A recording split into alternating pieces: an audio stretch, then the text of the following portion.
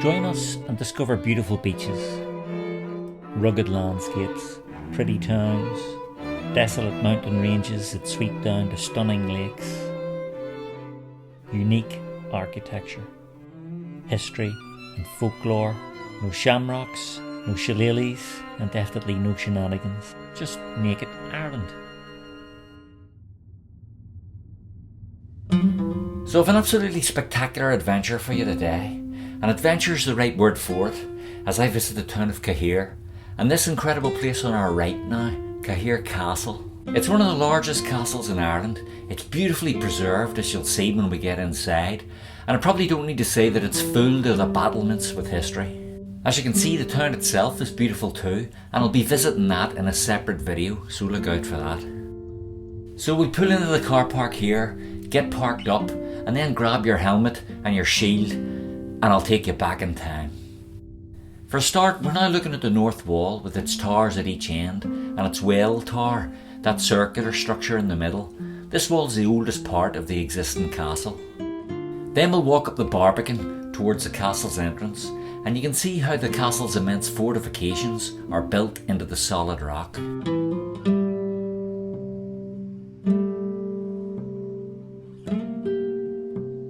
And on the left here you can see what I think would have been the castle's old moat. The outer defensive wall you can see beyond the moat is what's known as the Barbican. Cahir Castle was begun in 1142 by Conchobar O'Brien, the King of Thomond. Conchobar assumed the kingship of Munster after his father Dermwich O'Brien. However, the core structure of the castle was developed in the 13th century.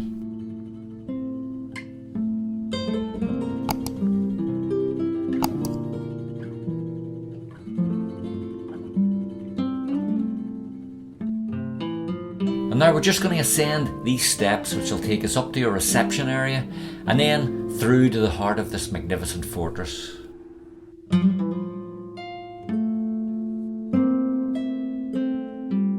And here we're in the beaten heart of the castle, and what immediately strikes you is the level of preservation.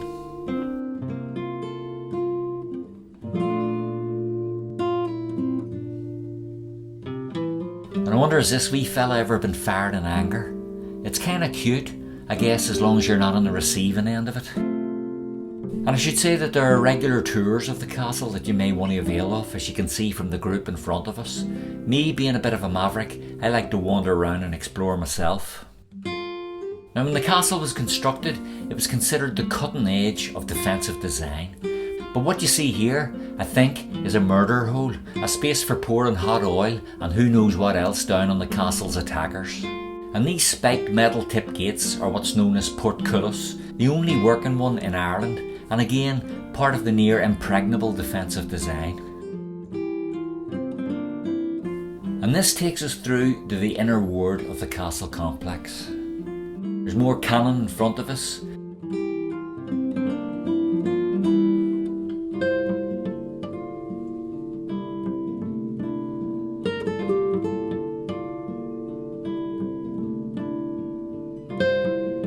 And there's the northeast tower. And over there is the northwest tower with the great hall in front of it, which we'll see in a minute. The castle's name, Cahir, derives from the Irish for stone fort, and so the castle is sited on the grounds of a previous fortification, so the origin of this site as a place of strategic importance dates way back before the arrival of the Normans. These cobblestone paths are amazing. The castle passed into the hands of the Butler family in 1375, thanks to Edward III of England, who dubbed James Butler the Earl of Ormond. It underwent much remodelling and enlarging between the 15th and 17th centuries, before falling into ruin in the 18th century and then being partially restored in the 1840s.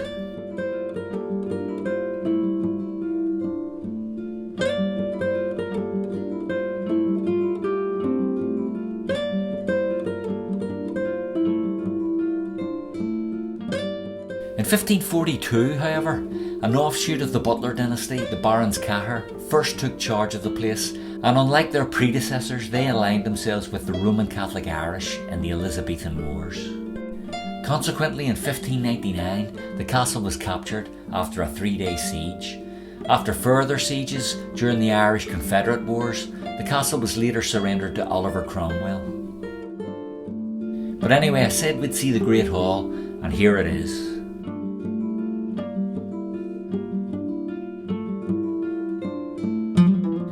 One of the things that struck me about this castle was the beautiful period furniture that they have installed.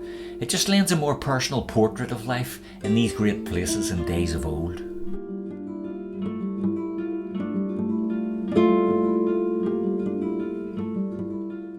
And these are the antlers of a giant Irish deer topping out this magnificent room. I like that there's no audio-visual TVs or any of the crude manifestations of pandering to modern tourism here. It's just a great room where you can let your imagination do all the work. And everything is in such great condition, simply restored and marvellous.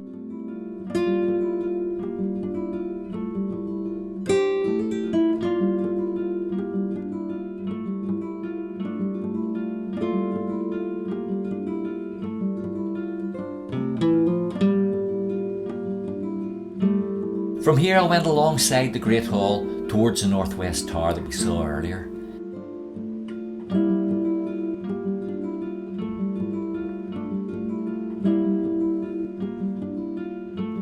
And then I noticed this other entrance to the hall. But we've seen it, so up the stairs we go to the tower. And look at the wear on these old stone treads. Just think of what these whitewashed walls have witnessed.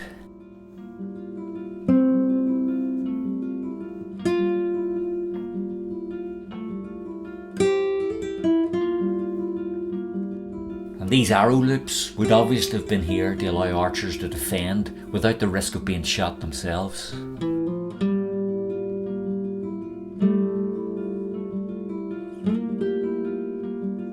Again, another very basic room, but one that speaks for itself.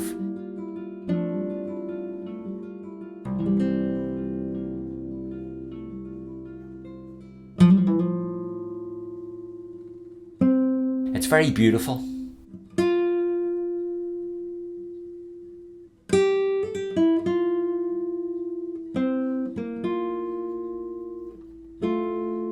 And through to another door to this great barrel vaulted room at the top of the northwest tower.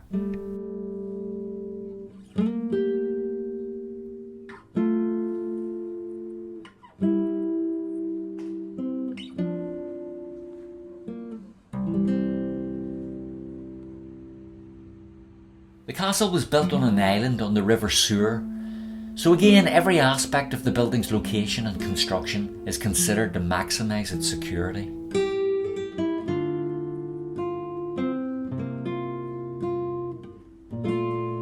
I love these totally unadorned stone passageways. You can just imagine an archer dashing along here to get to these arrow loops.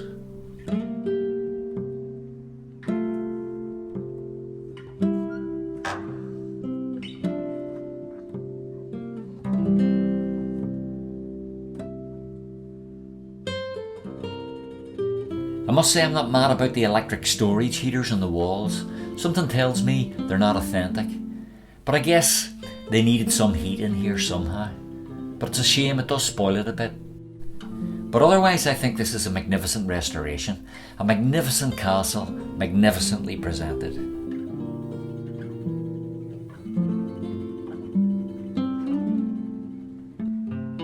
Okay, back out into the castle grounds again.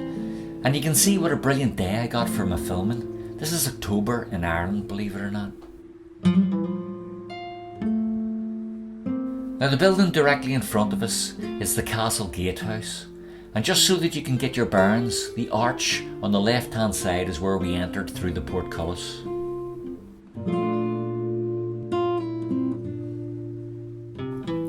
So now to have a look at the gatehouse. An interesting cross-shaped arrow loop greets us at the entrance, and up we go.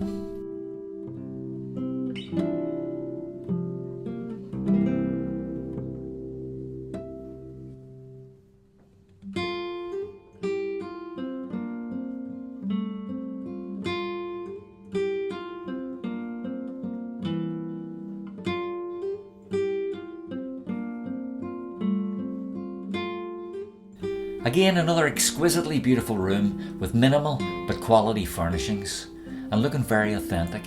This is exactly the way I like to see places like this presented.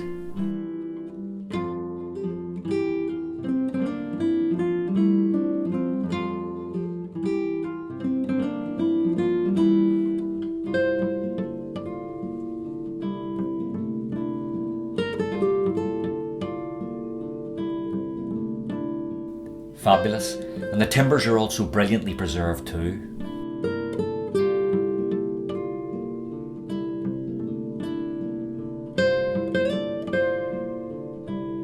Look at the shadows projected on the lime-washed walls through this leaded glass.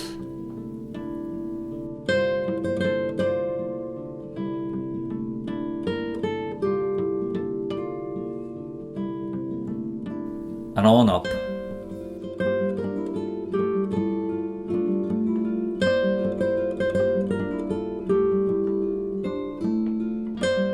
Now on this floor, for whatever reason, they've decided to host display boards explaining the history, and I think you can see the difference. My feeling is that it clutters the place, and I much prefer to see the room as it would have been. All the history we can read about in a leaflet or in a book or on a website.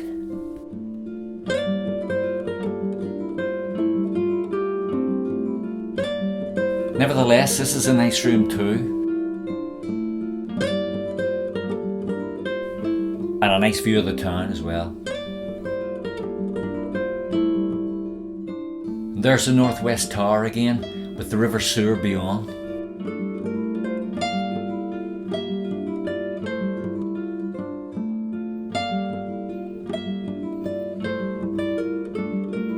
And this little turret is a prime defensive position.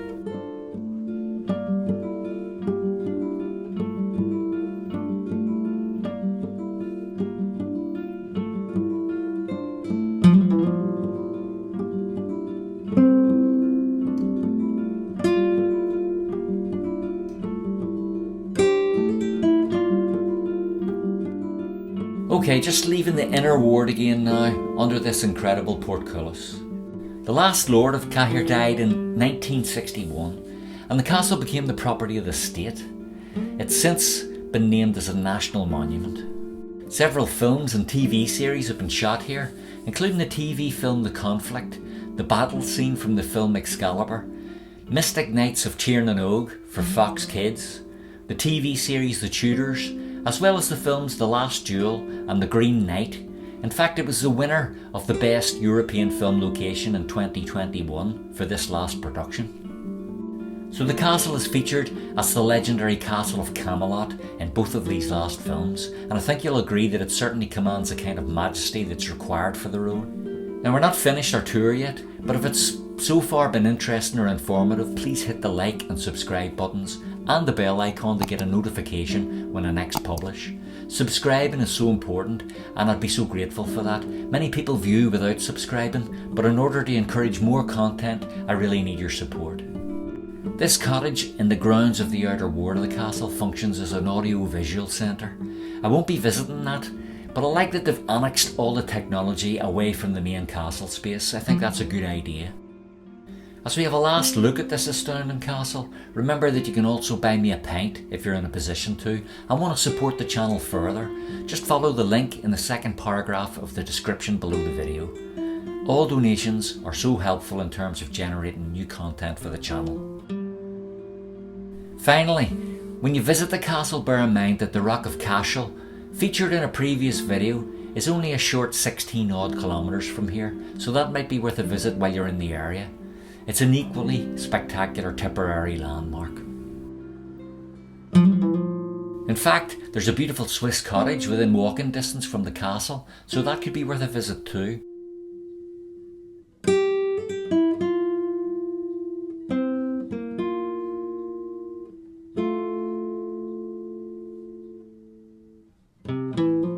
But this place is an absolute must if you're in the Tipperary area. I can't recommend it highly enough, and the grounds around it are spectacular too, so take a picnic. I'll leave you with a shot of the very tame geese of the Inchfield Public Park which surrounds the castle, and I'll catch up with you all in the next Naked Ireland video.